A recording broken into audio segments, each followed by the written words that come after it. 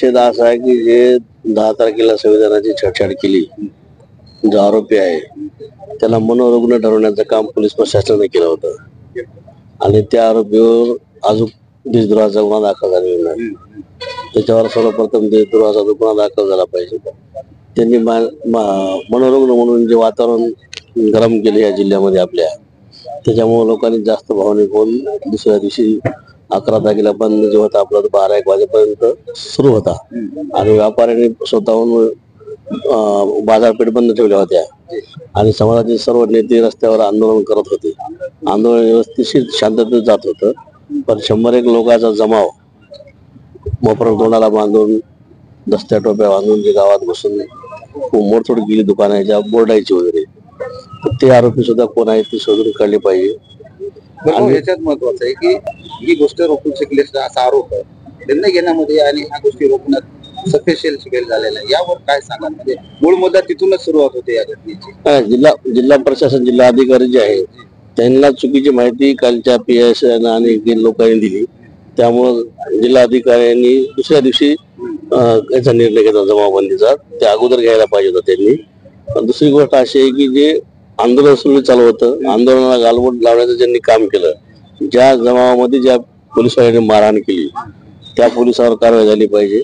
त्यानंतर रात्री जे आंदोलन करत होते, आंदोलन करणाऱ्या व्यक्तीच्या घरात घुसून जाऊन त्यांना कोम्बिंग ऑपरेशन मार्फत मारहाण केली. म्हणजे जो जीव गेलेला आहे त्याला 2 दिवस पिशामध्ये ठेवून सुद्धा मारहाण केली.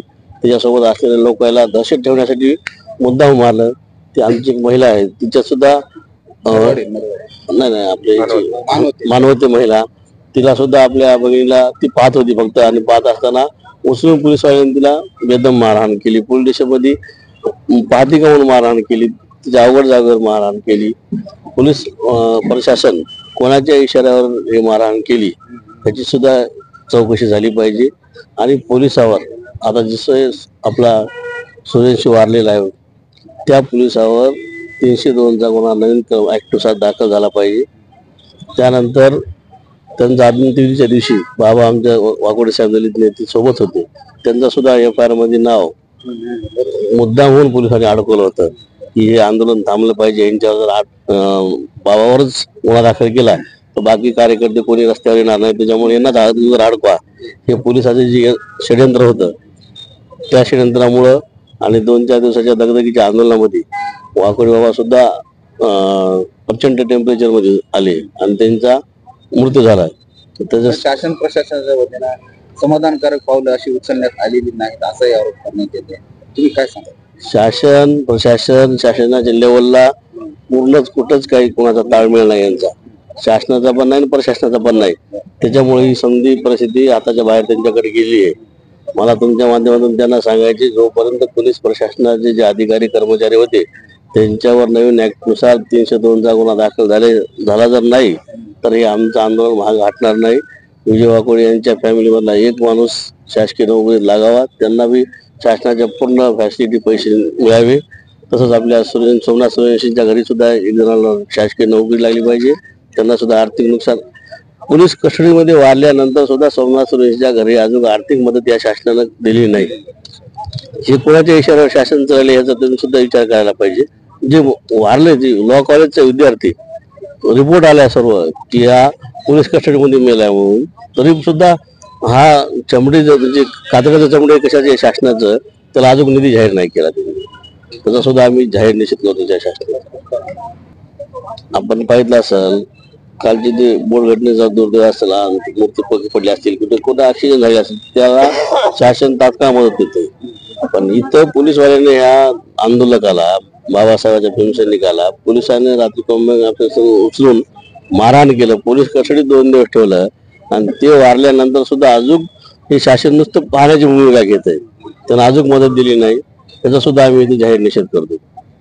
तुम्ही पाहिलं असेल काल जे सर्वोच्च सभागृह आहे आपल्या देशाचं लोकसभेचं, त्या लोकसभेमध्ये अमित शाह म्हणते बाबासाहेब हे एवढ्या वेळेस नाव घेतल्यापेक्षा एखादा देवाचं नाव घेतलं असतं तर स्वर्गामध्ये गेले असते. मी तुमच्या माध्यमातून सांगतो, अमित शहा पहिल्या स्वर्गात गेलेला आहे, तडीपार आहे तो, त्याचा आणि या जनतेचा काही संबंध नाही. चे जे व्हीएम मॅनेज करून हे आलेलं सरकार आहे आणि त्यांची सध्या बुद्धिभ्रष्ट आहे सर्व सत्तेपुढे. अमित शहा आणि मोदी आणि त्यांचा अदानी या तिघाचंच भारतामध्ये सध्या सरकार आहे आणि त्यांच्या इशाऱ्यावर त्याला लाज वाटायला पाहिजे अमित शहाला की संविधानामुळे तू सभागृहात गेला, संविधानामुळे तू आज गृहमंत्री आहेस. बाबासाहेब आंबेडकरांनी या देशाचे संविधान लिहिले, सर्व जाती धर्माला एकत्र ठेवण्याचं काम बाबासाहेबांनी केलंय आणि त्या बाबासाहेबांना तू जर असं बोलत असेल तर आम्ही त्याचा तीव्र निषेध करतो आणि त्याच्यावर सुद्धा मी राष्ट्रपतीला तुमच्या माध्यमातून विनंती करतो की त्याच्यावर सुद्धा गुन्हा दाखल झाला पाहिजे. जो कोणी बाबासाहेबांबद्दल बोलेल त्याच्यावर गुन्हा दाखल झाला पाहिजे. आंदोलन चालू आहे. आज जोपर्यंत पोलीस प्रशासनावर 302चा गुन्हा दाखल होणार नाही, आमचे आंदोलक जे होते त्यांच्यावरचे खोटे आरोप जोपर्यंत वापस होणार नाहीत तोपर्यंत हे आंदोलन कंटिन्यू सुरू राहणार.